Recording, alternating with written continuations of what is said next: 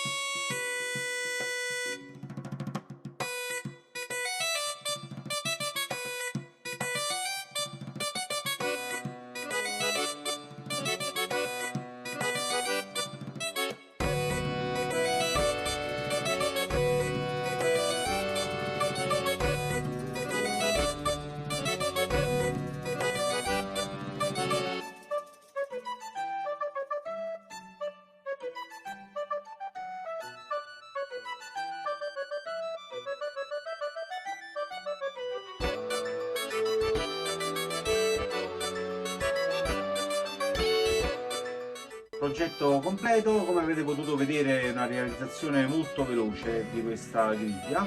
Fatemi sapere nei commenti se vi è piaciuto. Nella descrizione, come anche per gli altri video che sono usciti fino ad ora, vi lascio una lista dettagliata di tutti gli utensili che ho utilizzato, nel caso aveste bisogno di attrezzature e vi fossero piaciute quelle che ho utilizzato io. Ci vediamo nel prossimo video, ciao!